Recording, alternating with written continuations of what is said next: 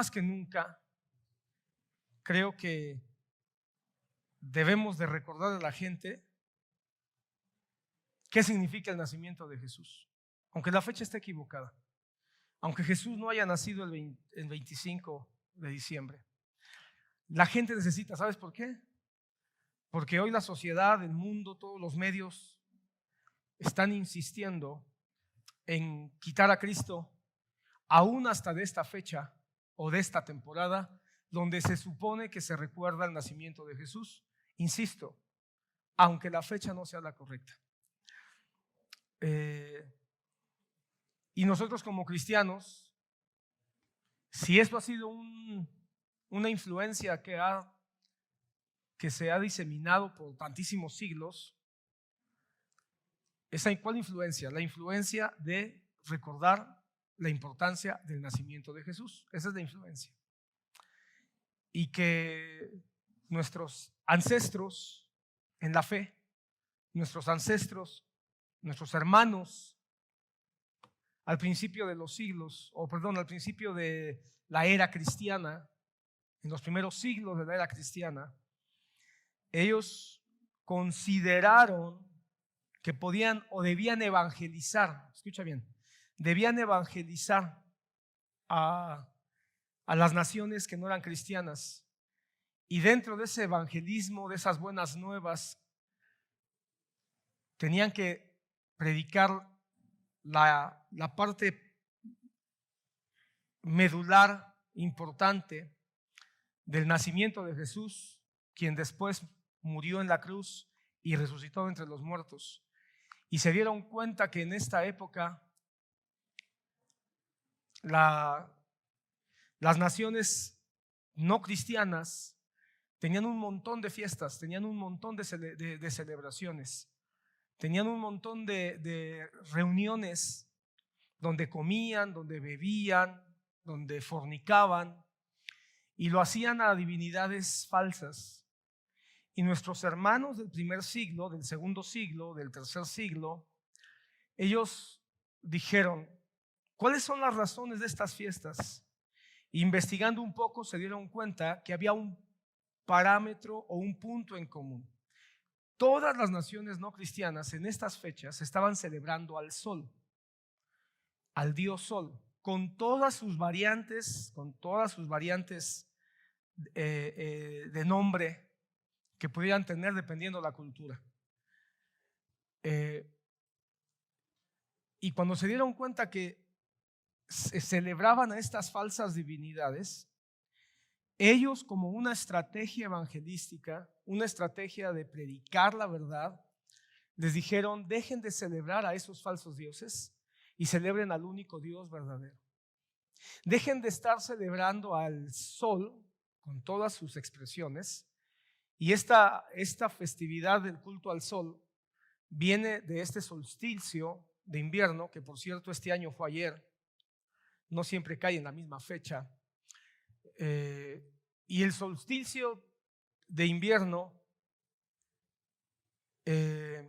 no es otra cosa sino la observación que hicieron los antiguos del movimiento de los astros, específicamente del sol, y se dieron cuenta que en invierno, en estas fechas, al inicio del invierno, el sol dura menos en su proyección luminosa, es decir, hay un día que es muy corto, hay menos luz solar. A eso se le conoce como el solsticio de invierno, y de ahí vinieron todo tú sabes lo que dice Romanos capítulo 1, que el hombre terminó adorando a la creación en vez del creador, terminó adorando lo que veían en vez de aquel que hizo todas las cosas, aunque no se mira. Y los cristianos de los primeros siglos, dijeron ellos, enseñémosle que el sol es un astro allá en los cielos, pero hay un Dios creador de ese sol que está en los cielos. Y ese creador del sol y de las estrellas y de todas las cosas, la Biblia le llama el sol de justicia. Y el sol de justicia se encarnó, se hizo hombre y habitó entre nosotros, y vimos su gloria como la del unigénito, el Hijo de Dios, el Hijo de verdad. Y con esa premisa, hermano, comenzaron a hablar del nacimiento de Jesús como el Dios hecho carne. Al paso de los siglos, esto que comenzó como una estrategia evangelística para predicar a Cristo, se fue convirtiendo en una celebración al nacimiento de Jesús. Hasta que llegó el momento en que se estableció de manera oficial, pero tristemente al paso de los siglos, las naciones paganas que muchos no abandonaron por completo sus tradiciones y sus cultos, dieron marcha atrás. Y lo que se estaba convirtiendo en una celebración para recordar el nacimiento de Jesús, se empezó a convertir en un regreso a las celebraciones antiguas, aquellas divinidades paganas de las que se habían propuesto en un principio nuestros hermanos sacar para que volvieran a Jesús. Y de ahí viene, hermano, realmente de ahí se desembocan un montón de más cosas que es interesante conocer. Y al paso de los siglos esto ha evolucionado tanto que hoy, hermano, estamos volviendo otra vez a mirar cómo el mundo, la sociedad, se está quedando con una celebración decembrina o una celebración invernal o una celebración navideña sin siquiera saber qué significa ni siquiera la palabra Navidad. Te aseguro que hay muchos que ni siquiera saben qué significa la palabra Navidad. Ha llegado esto al punto tan terrible que hay propuestas hasta de la propia religión católica para que se le deje de llamar Navidad y se le llame sencillamente fiestas de fin de año.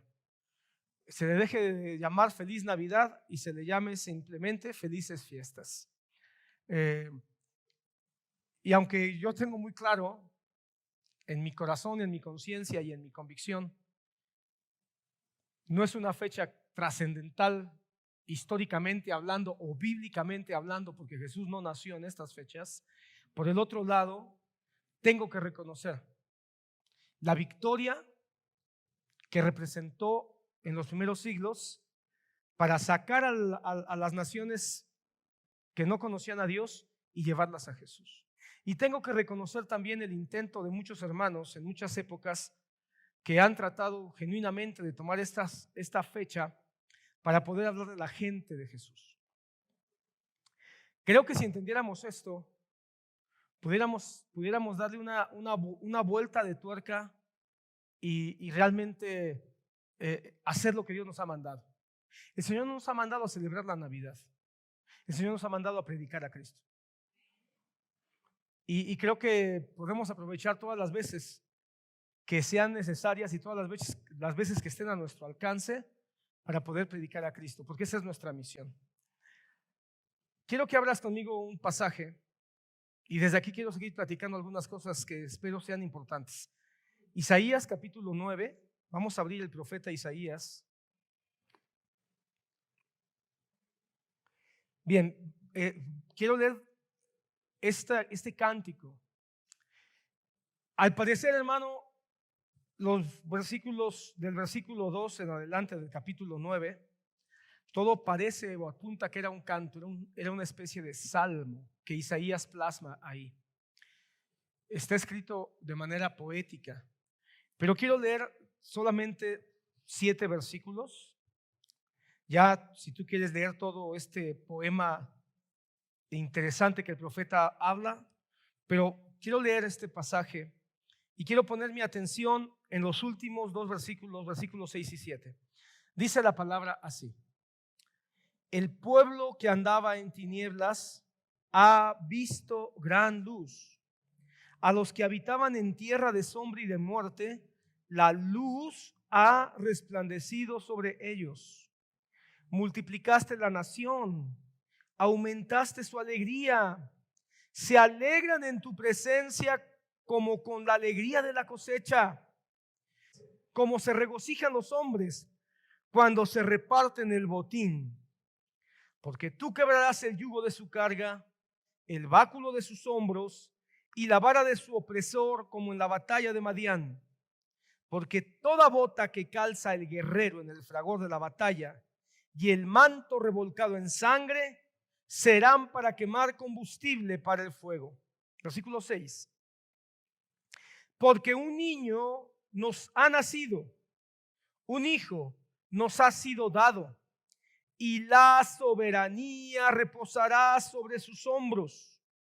Y se llamará su nombre Admirable Consejero, Dios poderoso, Padre eterno, Príncipe de paz. Versículo 7.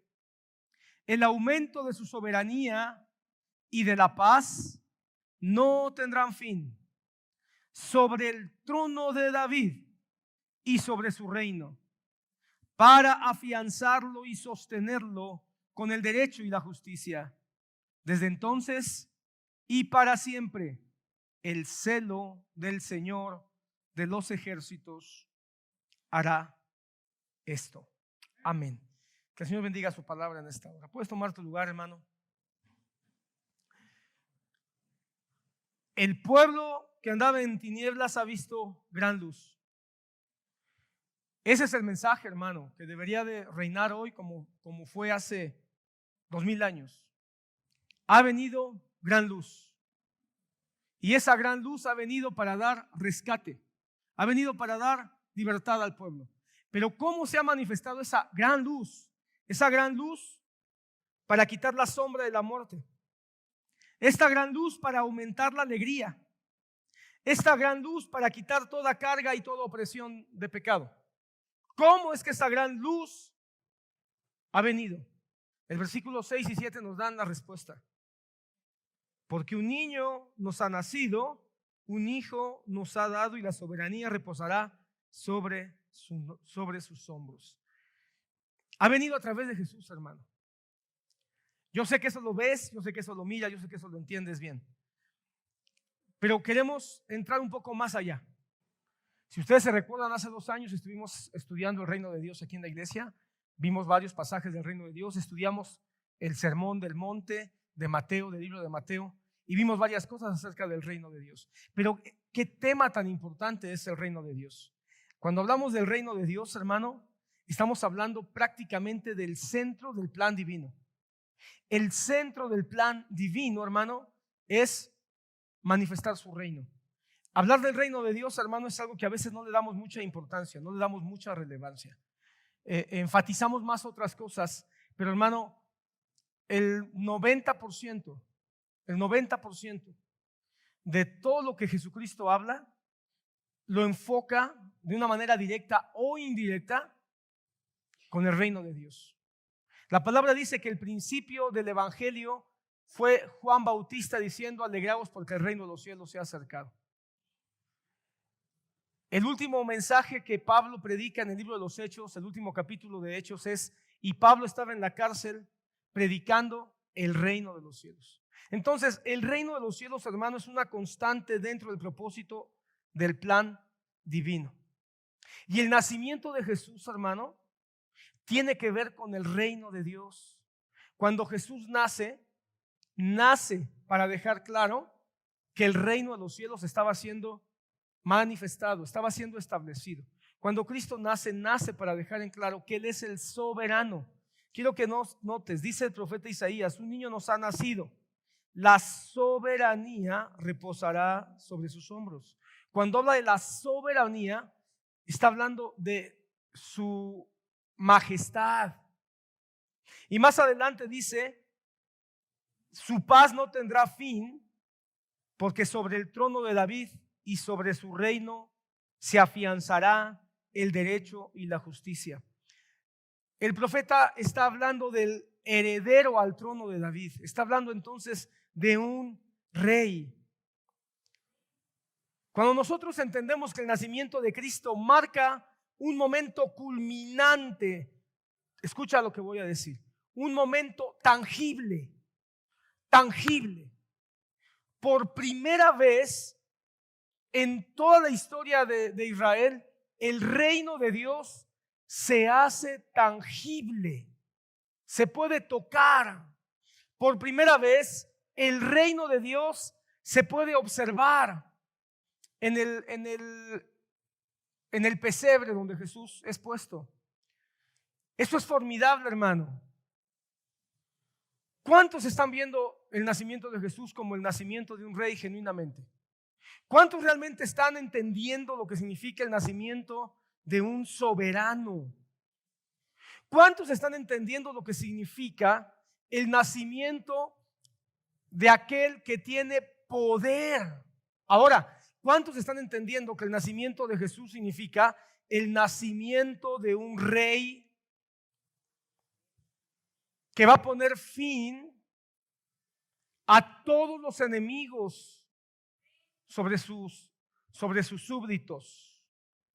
¿Cuántos estamos entendiendo o cuántos están entendiendo que el nacimiento de Jesús es el nacimiento de un rey eterno, de un rey invisible, de un rey todopoderoso que ahora se está haciendo tangible, se está haciendo visible en lo temporal? Yo no sé si estamos entendiendo eso, hermano. La época navideña está cargada de un montón de cosas, hermano, pero realmente está el entendimiento de que se está celebrando el nacimiento de un rey, que se está celebrando la inauguración del reino de Dios con todo lo que implica el reino de Dios. Hermano, cuando Jesús nace, en el nacimiento de Jesús se está cumpliendo todo el plan bíblico. Se está cumpliendo desde Génesis, donde el Señor estableció que el hombre fue creado como un regente para gobernar toda la tierra. El pensamiento de Dios en Adán, hermano, era que gobernara sobre toda la tierra. ¿Y cómo culmina el libro de Apocalipsis? El libro de Apocalipsis culmina con el Rey de Reyes descendiendo para reinar con su iglesia, al igual que al principio Adán con Eva. Ahora el Rey de Reyes reinar con su iglesia por toda la eternidad. Entonces, hermano, en el nacimiento de Jesús se está centralizando todo el plan bíblico en relación al reino de Dios. El nacimiento de Cristo, hermano, es la irrupción. ¿Entiendes esa palabra? Es la irrupción del reino de Dios a la tierra y el cumplimiento de todas las promesas que el Señor dio en el Antiguo Testamento acerca de un reino, acerca de un rey que iba a venir a gobernar con los tres elementos principales del reino de Dios. ¿Cuáles son los tres elementos principales del reino de Dios? El apóstol Pablo nos da respuesta. Porque el reino de los cielos no es comida ni bebida. Entonces, ¿qué es? Justicia, paz y gozo. Justicia, paz y gozo. Esos son los componentes del reino de Dios. Entonces, ¿a qué nació Jesús? Jesús nació para traer justicia, para traer paz y para traer gozo. ¿Y cómo se reveló este reino? ¿Qué es lo que quiero que hoy, ojalá y podamos profundizar un poquito? A ver, Jesús es el rey prometido. Jesús es el rey prometido. Quizá tú y yo no entendemos mucho todo lo que esto implica porque culturalmente no hemos vivido jamás en una cultura o en una sociedad donde haya un rey. Quizá no entendemos todo lo que implica. Pero hermano, el trabajo de un rey era mantener paz en el reino. El trabajo de un rey, hermano, era mantener la prosperidad en el reino. El trabajo de un rey, hermano, era evitar que todos los enemigos pudieran esclavizar a su reino. Ese es el trabajo de un rey. Por eso, hermano, el pueblo de Israel estaba esperando un rey que les hiciera justicia de Roma, un rey que les quitara el yugo del imperio, un rey que los llevara a libertad y acabara y destruyera con todos sus enemigos. Sin embargo, el rey que vino, hermano, fue un rey que vino a hacer todo eso, pero de una manera diferente. Pero primero tienes tú que entender que no estamos celebrando el nacimiento de un niño. Estamos nosotros, cada vez que recordamos que Jesús se hizo carne, que Dios se hizo carne, estamos recordando el cumplimiento de las promesas acerca de un rey como heredero del trono de David. Segundo de Samuel, capítulo 7. Si tú abres tu Biblia en segundo de Samuel, capítulo 7, versículo 12. La Biblia dice, cuando tus días se cumplan, le está hablando Dios a David, cuando tus días se cumplan y reposes con tus padres, levantaré a tu descendiente después de ti, el cual saldrá de tus entrañas y estableceré su reino. Él edificará casa a mi nombre y yo estableceré el trono de su reino para siempre. Y pudiéramos pensar nosotros que en Salomón se está cumpliendo esto.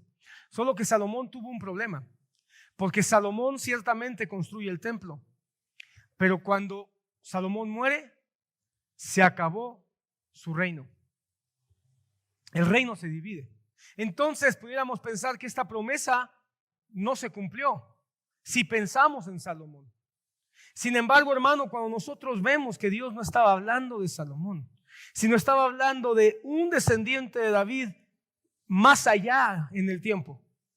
Y vemos que cuando Cristo nace, en Jesús empiezan a cumplir todas las promesas davídicas. Por principio, David era descendiente directo de David por medio del linaje de José y de María. Entonces Jesús era del linaje real. Aunque estaba naciendo en el pesebre, él era descendiente directo, sanguíneo del rey David. Y cuando entendemos que Jesucristo, como Mesías, edifica casa. ¿Y cómo edifica casa Jesús? Muriendo en la cruz, hermano, y levantando una iglesia. Ahora la iglesia es la casa de Dios. Ahora la iglesia es el templo de Dios. ¿Qué están haciendo tantos hermanos cristianos esperando la reconstrucción del tercer templo? ¿Por qué hay tantos cristianos pensando que se necesita reconstruir el tercer templo para que Cristo venga? Si el tercer templo ya lo construyó Jesucristo en su iglesia. Yo no habito en templo hecho con manos humanas. Ahora el templo del Espíritu es el corazón de aquellos que han reconocido a Jesucristo como Señor. Nosotros somos el tercer templo. Siendo más específicos, Cristo es el tercer templo. Porque Él dijo, destruiré el templo y en 3 días lo levantaré. Pero no estaba hablando del templo de Jerusalén, sino de su propio cuerpo. Entonces Él es el templo. Pero cuando Él establece la iglesia y la iglesia es el cuerpo de Cristo, ahora la iglesia es el templo de Dios. Él construye casa. Nosotros somos la casa de Dios, hermano. Pero además, hermano, cuando Él muere y resucita de entre los muertos, deja claro, hermano, que Él es Dios. Y solo Dios puede tener eternidad. Solo Dios puede tener eternidad, hermano. Solo Dios es eterno. Así que en ese momento no nada más se establece casa para el Padre, sino que ahora el trono de Jesucristo se establece como un trono para siempre. Así que entonces las promesas dadas a David de un rey que construiría casa a Dios y de un rey que tendría trono eterno, trono para siempre, se cumple perfectamente en Jesucristo. La palabra profética del profeta: un niño nos es nacido, un hijo nos es dado, que será rey y tendrá trono de David, al cual se le prometió un trono para siempre, es lo que nosotros reconocemos. Tenemos un rey en Jesucristo. Un rey que asegura que su reinado, o en quien está asegurado su reinado eterno. Y esto es lo hermoso, hermano. Si nosotros somos súbditos de este rey, cuyo reinado es eterno, entonces nosotros, al reconocerlo como rey, tenemos también un lugar con él por toda la eternidad. Tenemos un lugar asegurado. Pero hay un detalle que me importa mucho, hermano, compartir contigo. Porque no nada más, hermano, Jesús es el rey prometido, sino que Él, como rey prometido, dice la palabra que es la soberanía, su soberanía reposa en sus hombros. En pocas palabras, son palabras muy simples. ¿Sabes qué es la soberanía? La soberanía, hermano, es hacer lo que Él quiere, como Él quiere, cuando Él quiere. En palabras nuestras, es hacer lo que se le pegue su regalada gana. Eso es la soberanía, hermano. Y eso solamente es Dios, hermano. Dios es el único todo soberano. Es el único todo soberano. Y esa soberanía, hermano, ¿qué significa? Que Él salva a quien Él quiere, que Él escoge a quien Él quiere, que Él sostiene a quien Él quiere. Lo que quiero enfatizar hoy, hablando del nacimiento del rey, es que este poder soberano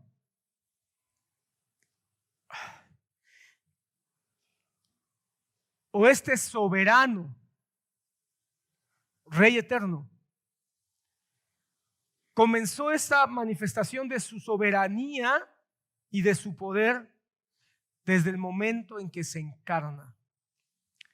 Porque haz algo que sí cualquier reino pretende hacer, es cambiar. Y si algo pretende hacer nuestro Rey soberano, es cambiarnos, es transformarnos.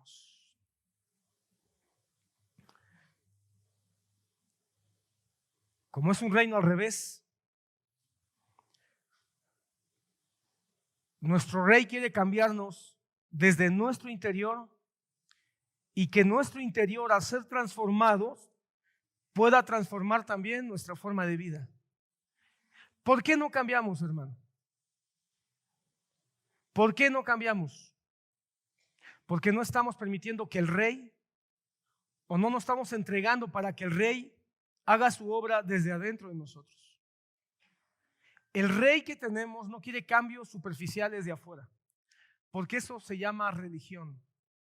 La religión busca hacer los cambios afuera,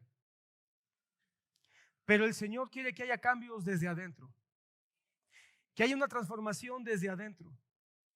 ¿Y sabes dónde hay una enseñanza poderosa de esa transformación de nuestro Rey? En su nacimiento. Cuando Jesús nace, no está predicando todavía, no está haciendo milagros en apariencia todavía, pero ya está estableciendo su poderío transformador en la vida de las personas. Y ese es el impacto del reino de Dios que la Navidad moderna no tiene. Porque la Navidad moderna no está transformando vidas. Jesús no nació para que le pongan un arbolito que no dice nada de Jesús,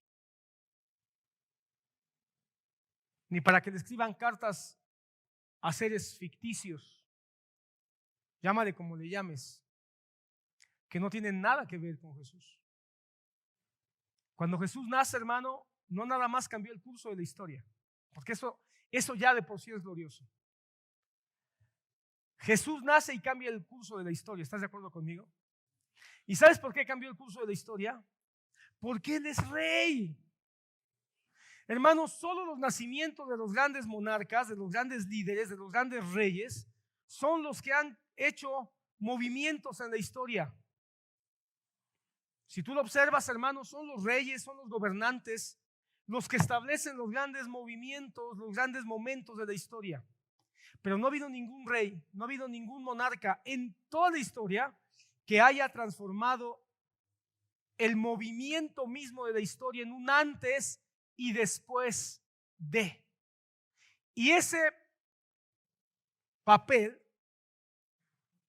le duela a quien le duela, lo tiene solo Jesús. Aunque quieran borrar su nombre de la Navidad moderna, hoy estamos celebrando 2025 años después del nacimiento del rey que nació en Belén. Pero no nada más nació para cambiar el curso de la historia, hermano.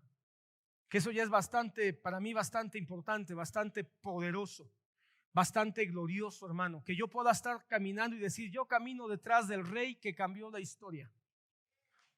Da un aplauso al Señor.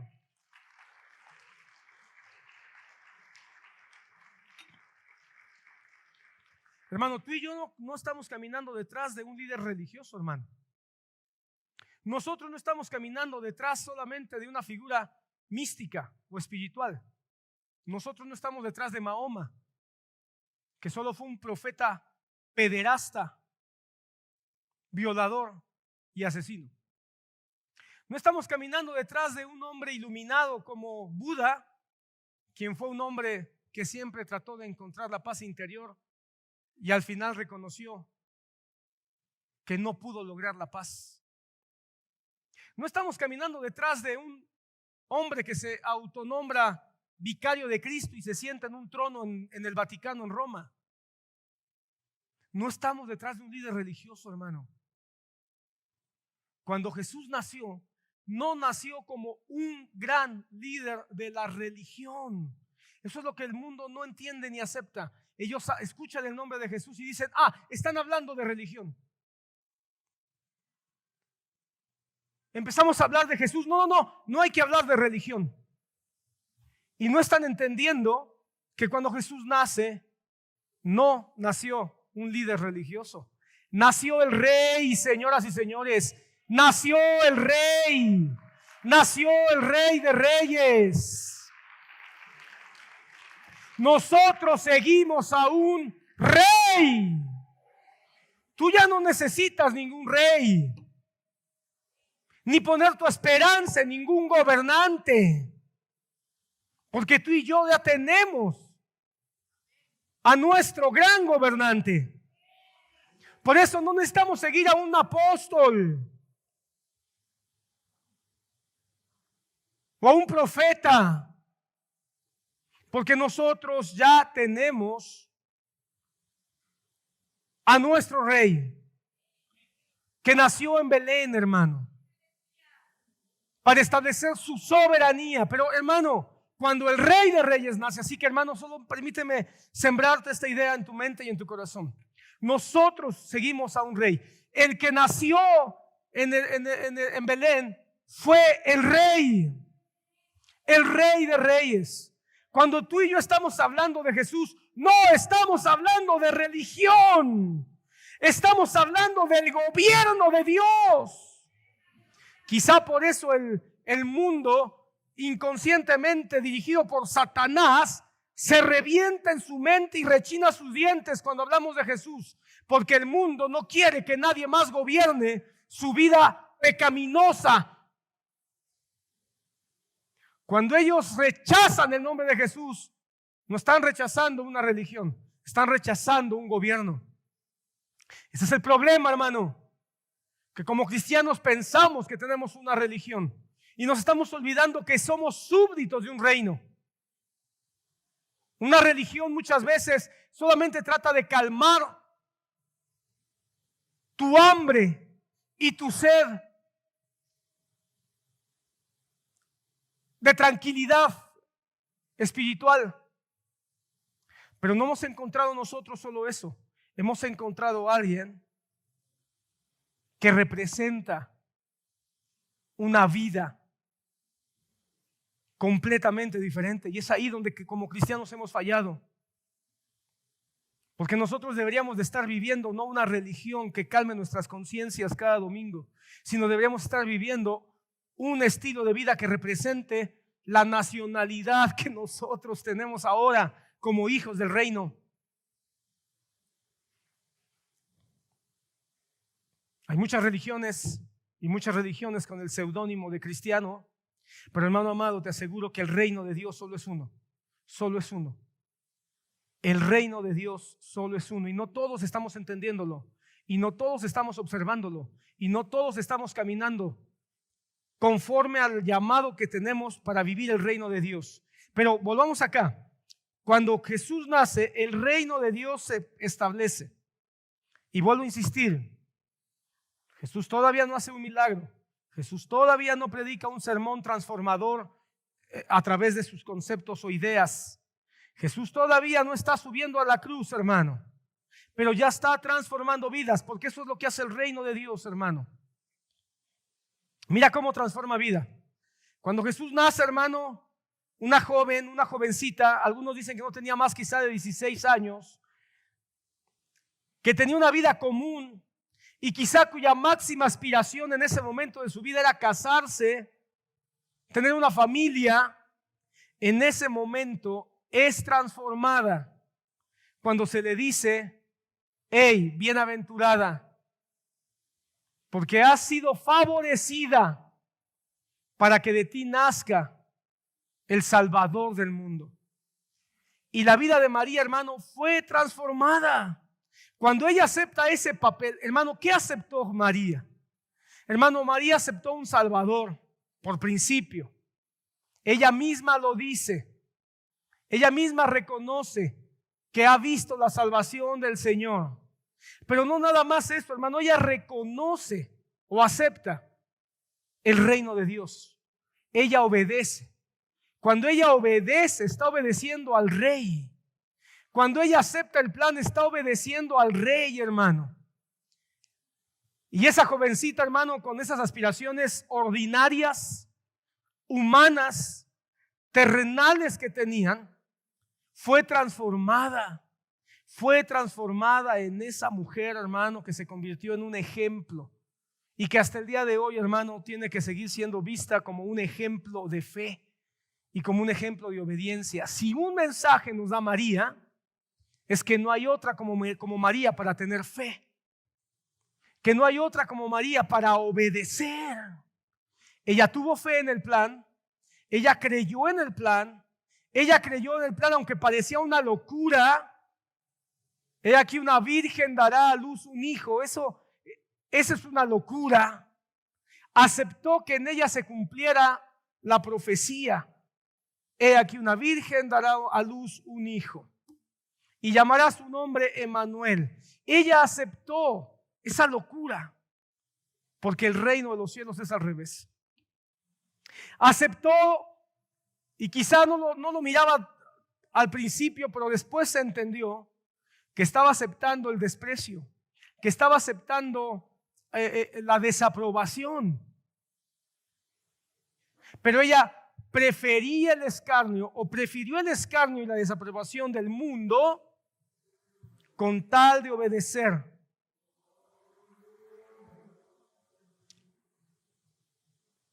Las indicaciones del reino de Dios.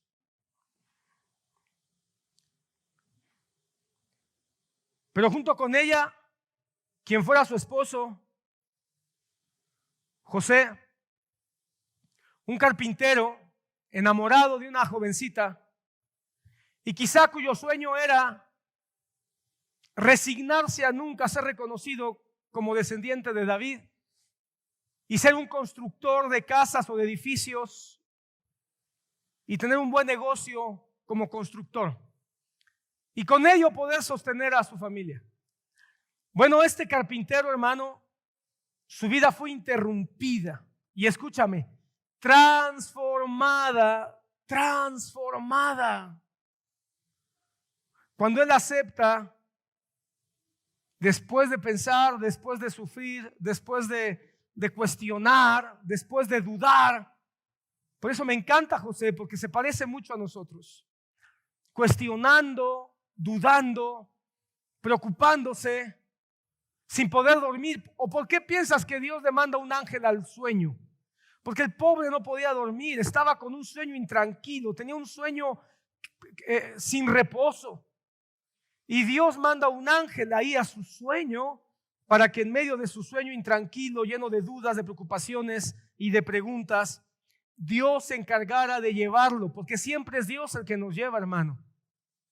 Siempre es Dios el que nos lleva. En Él inicia todo, hermano, y en Él inició la transformación de José. Y le dice: no temas recibir a María, porque ciertamente lo que tiene María en el vientre es del Espíritu Santo. Tú sabes la historia. Y cuando José acepta, es transformado, con todo lo que eso implicaba. No le ofrecieron que él iba a ser cónsul o que iba a ser magistrado. No le ofrecieron que él iba, no, le ofrecieron sencillamente: sé tú el que cuide el reino de Dios. Y él aceptó ser el guardián del rey. No nada más el padre putativo, ser el guardián del rey. Y la vida de José fue transformada, hermano. Sus planes era quedarse en Galilea, quedarse en Nazaret. Pero no, toda su vida cambió. En un momento se tuvo que mover a Belén para cumplir la profecía. Y después en otro momento moverse a Egipto, vivir desterrado, cuidando y siendo el guardián del rey.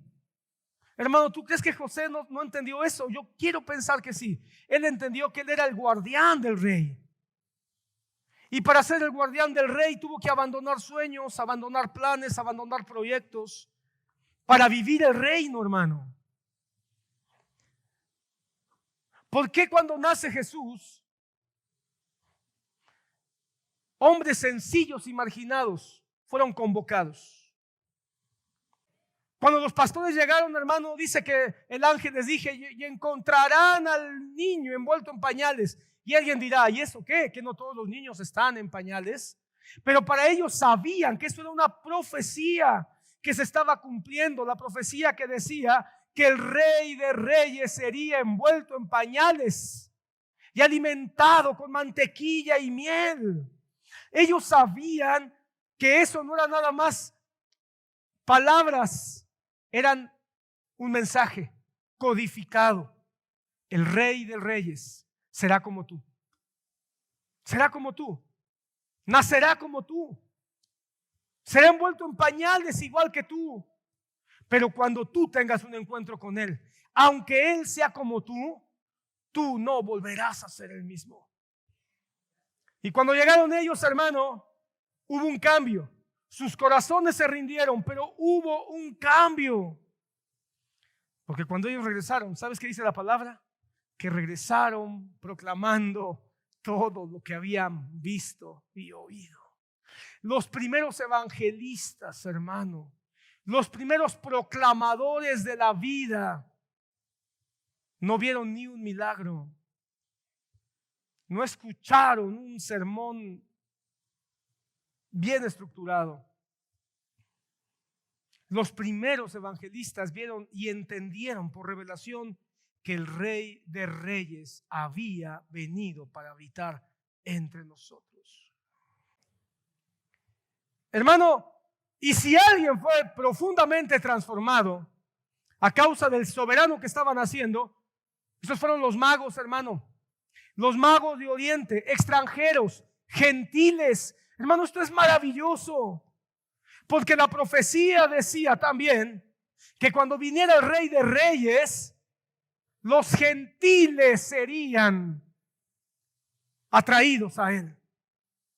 Y desde el momento en que Jesús nace, los gentiles están llegando.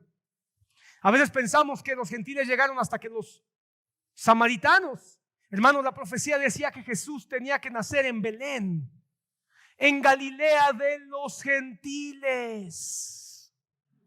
Galilea de los gentiles.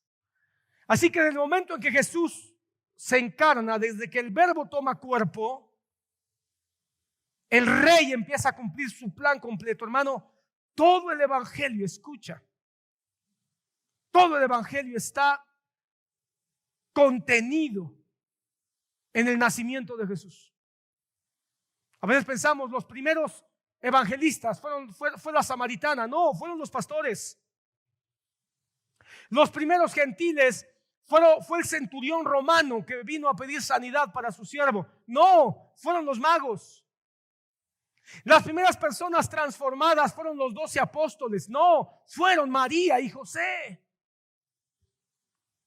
Ahí está el poder del evangelio, del rey que están haciendo. Estos sabios, gentiles, extranjeros, que vinieron, algunos dicen que de Siria, otros dicen que de Turquía, hay quien dice que quizá venían de todavía más lejos,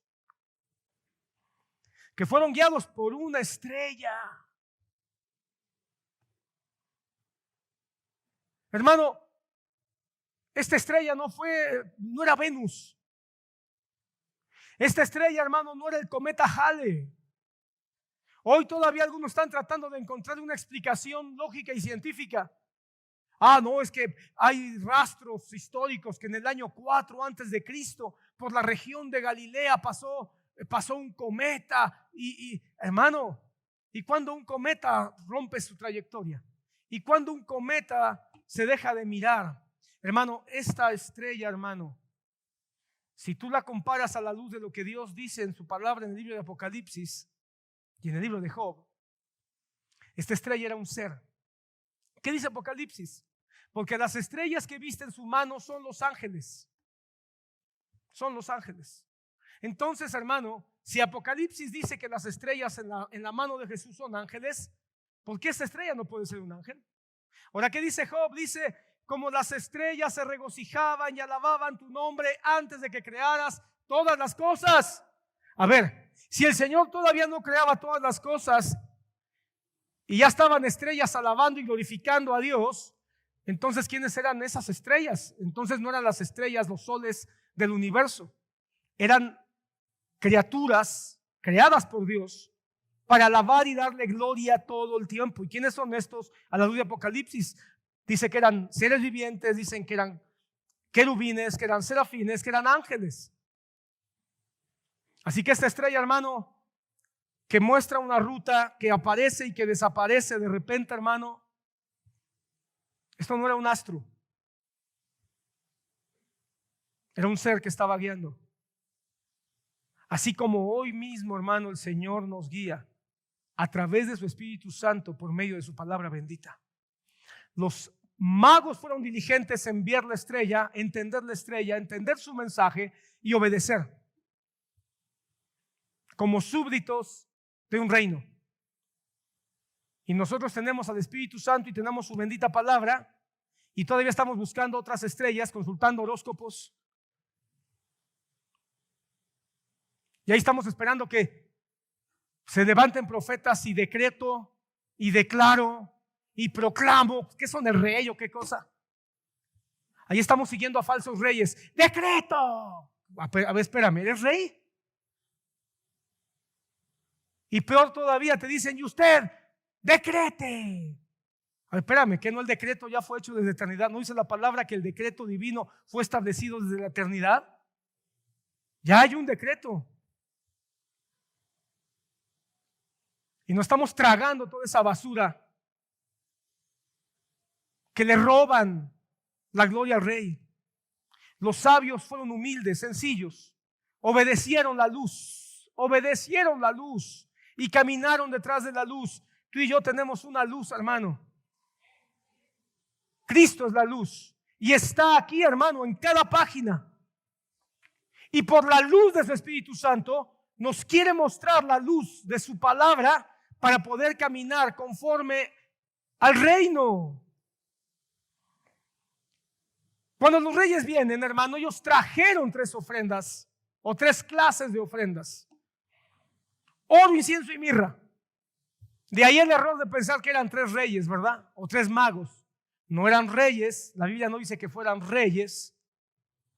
No aparece en ningún lado que eran reyes. Pero tampoco dice que eran 3. Y mejor no digo los nombres para no herir susceptibilidades. Pero hermano, ¿eran 2? ¿Eran 3? ¿Eran 5? ¿Eran 10? ¿Eran 20? No lo sé. Solo sabemos que eran varios. Ahora, traían 3 ridículas cajas, una de oro, otra de incienso y otra de mirra. No, hermano, traían camelladas de riquezas. Porque ellos, mira la gran pregunta que le hacen a Herodes, el falso rey. El falso rey está en palacio, creyéndose apóstol, creyéndose profeta. ¿Y sabes por qué lo sé? Porque había una secta que se llamaba la secta de los herodianos. Y ellos tenían a Herodes por profeta. Hoy también hay muchos así. Nada más ponle el nombre del apóstol en cuestión y ya sabes cuál es la secta de los herodianos hoy en día, que siguen llamando voz de Dios a un miserable ser humano. Aunque usted me vea serio.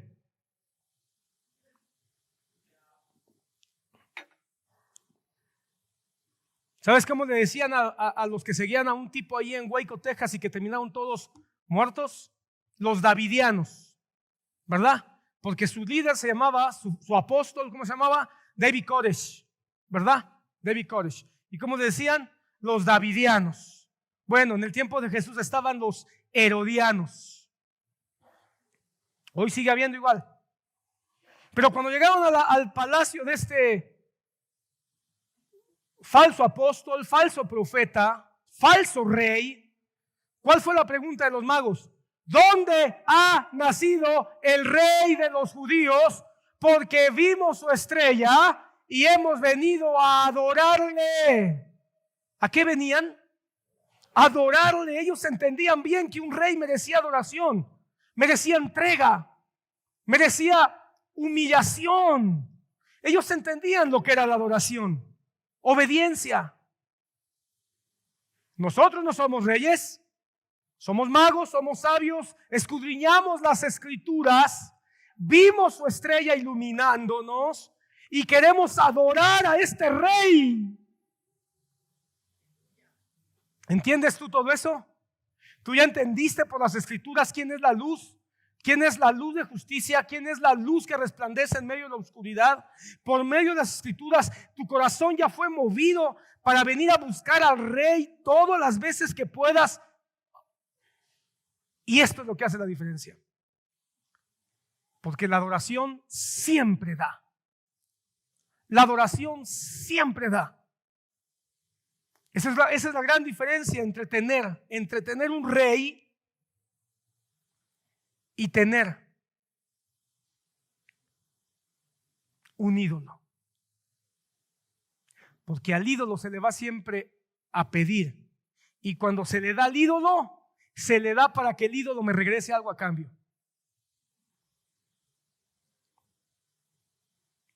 Cuando estamos delante de un rey, no se espera nada. Cuando los magos llegaron y vieron a Jesús, entendieron que en ese Jesús que no predicaba, que no hacía milagros, ahí estaba el rey. Él es el rey, él es el rey.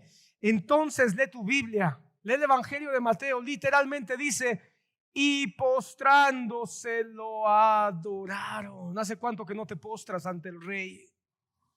¿Hace cuánto que no doblas tus rodillas ante el rey? ¿Hace cuánto que no bajas tu rostro en humillación ante el rey? ¿Hace cuánto que no inclinas tu corazón diciéndole no me des nada? Como dice el canto que entonamos al principio, todo lo hiciste tú, nada he hecho yo. Cuando venimos y pensamos que dar es como vamos a recibir, estamos pensando que Jesús, que Dios es un ídolo.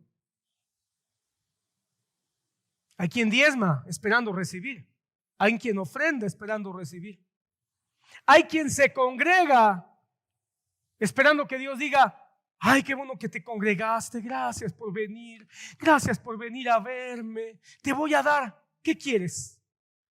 Y hay quien piensa, hoy sí vine, Señor, hoy sí canté, hoy sí dancé. ¿Ya me vas a ayudar? ¿Ya me vas a dar trabajo? Eso no es venir ante un rey. Trajeron sus camelladas de oro, mucho oro, porque Jesús, ese bebé que estaba ahí quizá llorando, Porque hermano, yo me puse a pensar hoy viendo una imagen. Me puse a pensar, Jesús lloró en Getsemaní. Jesús lloró en la cruz, o se lamentó pues por el pecado que estaba llevando. ¿No era también una razón de lamento haber venido desde lo alto de su realeza, de su majestad gloriosa y eterna, y tomar el cuerpo de un ser humano? Claro que tenía razón para llorar ese bebé. Yo no sé si estaba llorando, yo no sé si estaba riendo, pero ahí estaba Jesús, Dios hecho carne. Ese misterio glorioso, ahí estaba. Y los magos vieron a ese bebé y entendieron, por lo que ya habían estudiado, ojalá eso te clave en lo más profundo de tu corazón, por lo que ya habían estudiado, que ese era el rey. Y se postraron. Y aquí hay camelladas de oro porque tú eres el rey, porque el oro es el metal de los reyes, porque el oro es el reconocimiento de la majestuosidad, de la grandeza, y en el caso de Jesús, de su divinidad. Así que oro en abundancia.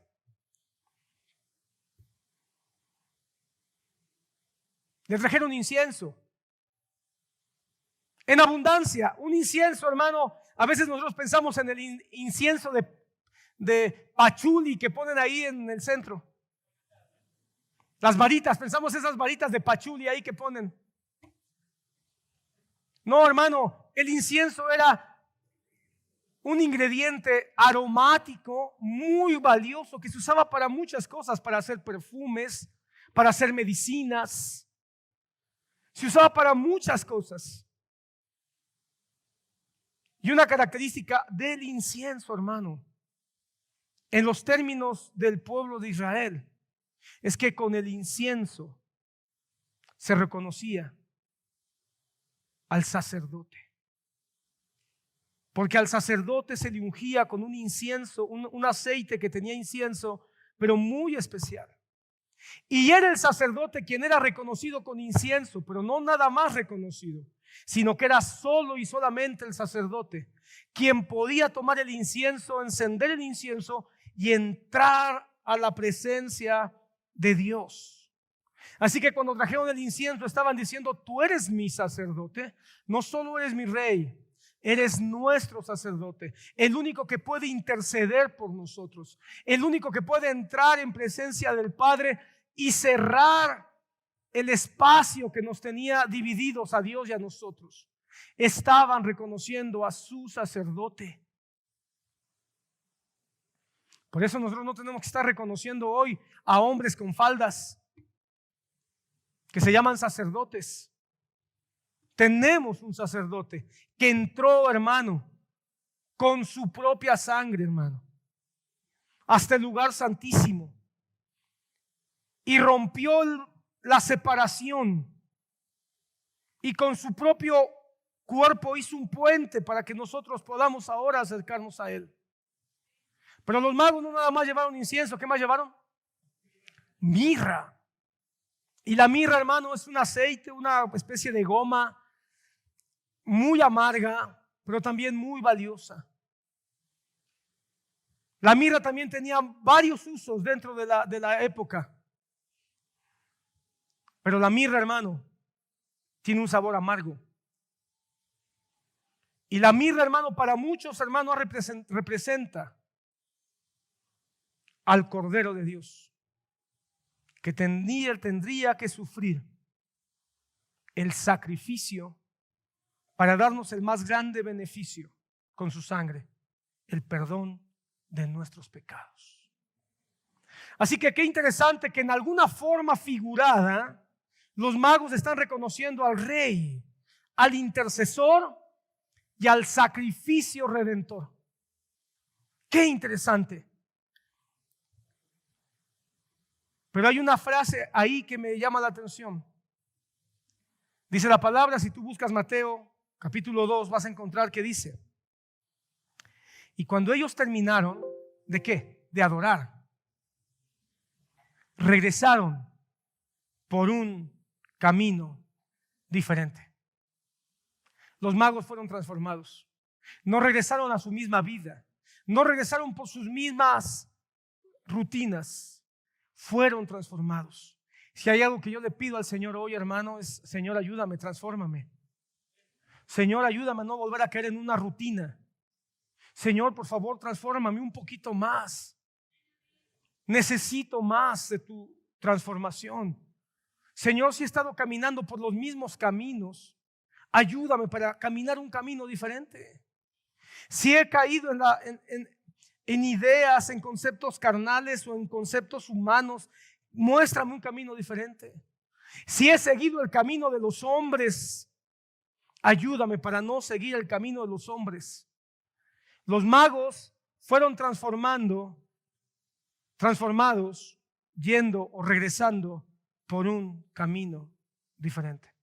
Pero en cualquiera de estos casos, hermano, la transformación, ¿sabes qué hizo que María, José, con todos los retos que tuvieron, María, sabiendo que la iban a tildar de mala mujer, José, que lo iban a tildar de tonto o quizá de violador, los pastores, que quizá alguien les iba a decir: pero ¿cómo se te ocurre dejar tu negocio en domingo? ¿Cómo se te ocurre dejar a los borregos ahí guardados en el día en que puedes hacer más plata? Y los magos, que quizá los iban a tildar, hermano, de cómo se les ocurrió humillarse siendo ellos tan importantes, tan reconocidos y tan entendidos. ¿Cómo humillarse en un pesebre, un comedero de animales? No les importó ni la fama, ni el poder, ni la lana. Un camino diferente.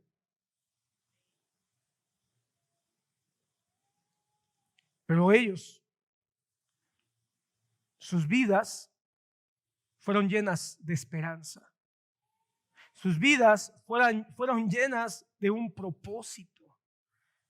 Tengo mucho miedo, hermano, de que se me olvide cuál es el propósito de mi vida. Porque el propósito de mi vida es poner a Cristo en el centro, tener a Cristo en el centro. ¿Qué fue lo que le dijo el Señor a María? María, cambia tu plan y pon a Cristo en el centro. ¿Qué fue lo que le dijo el ángel a José? José, déjate de estar sufriendo y pon a Cristo en el centro. Hey, pastorcitos de Belén, de camino a Belén, pongan a Cristo en el centro de sus negocios. Hey, magos, sabios, conocedores, dejen sus muchos libros y pongan a Cristo en el centro, porque esa es la misión del reino. Poner a Cristo en el centro para que nuestra vida sea transformada. Y entonces ocurre algo. El profeta Isaías dice, Isaías 9, el versículo que leímos al principio: porque el aumento de su soberanía y de su paz no tendrán fin. Entre más crecemos permitiendo que su soberanía, su reino nos llene, su paz, hermano, va a crecer y va a crecer dentro de nosotros. ¿Por qué perdemos paz? Porque despreciamos su soberanía. ¿Por qué perdemos paz?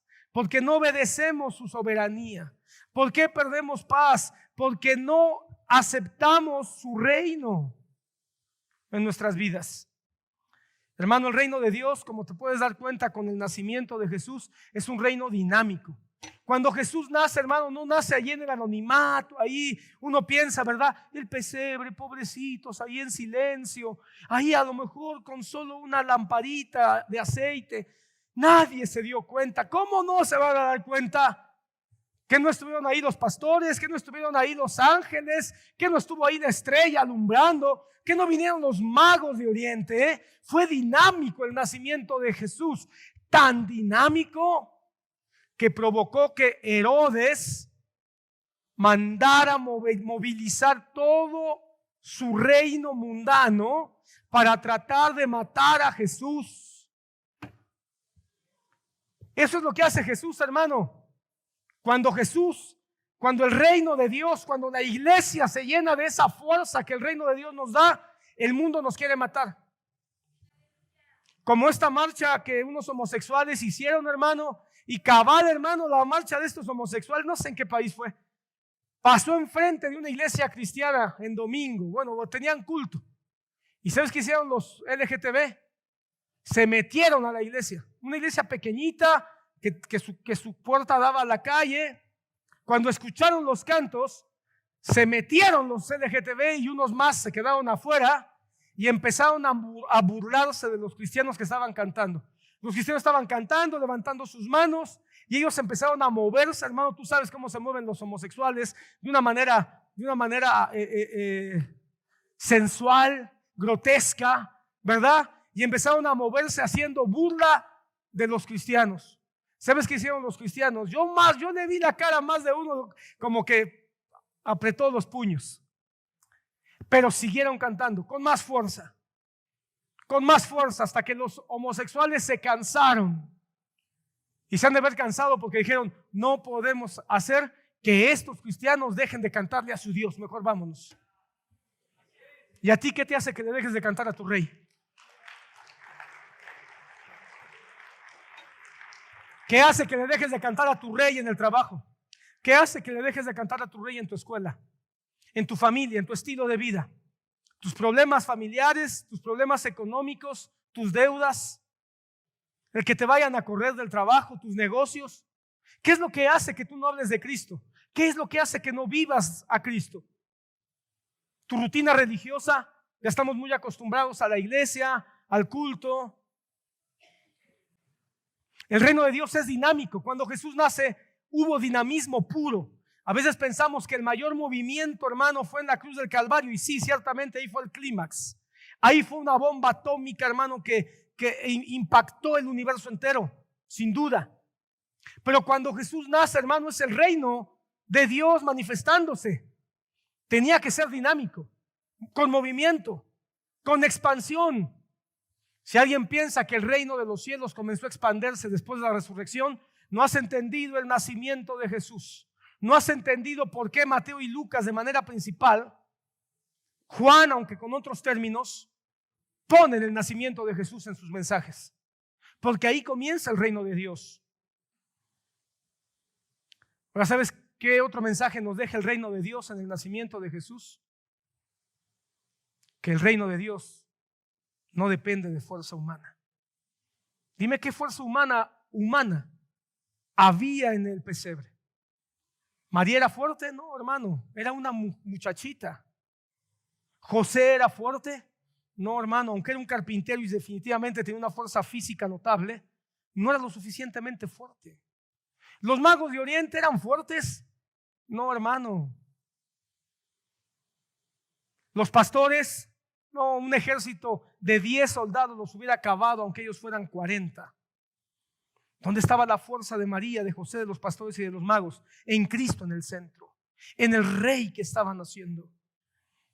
Y sin embargo, María, hermano, todo esto lo guardaba en su corazón y se ha convertido en el testimonio y en el ejemplo como mujer más grande que todas las mujeres podrían y deberían de tener. No la María del trapo, no. La María de la Biblia. Y José, hermano, el guardián del rey.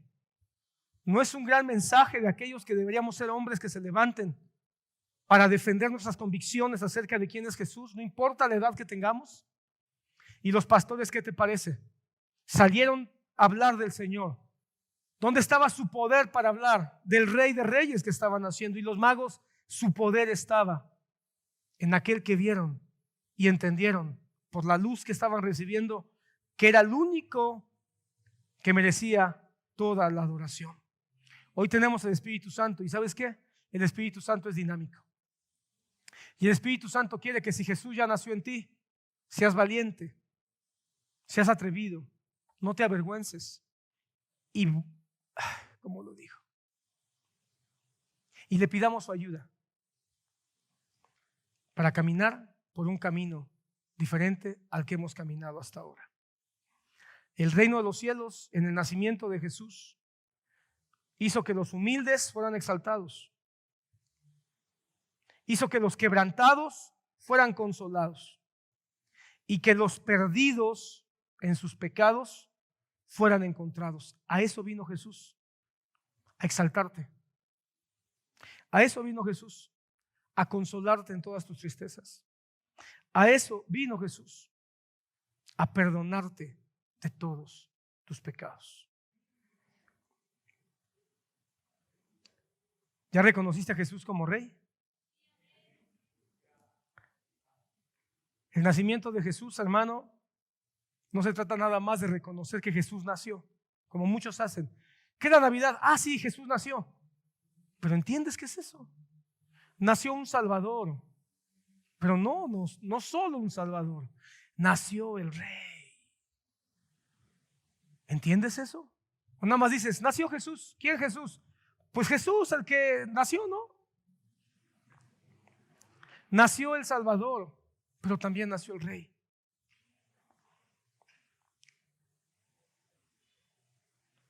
Dejemos ya de estar decorando arbolitos, hermano, y llorando por los arbolitos.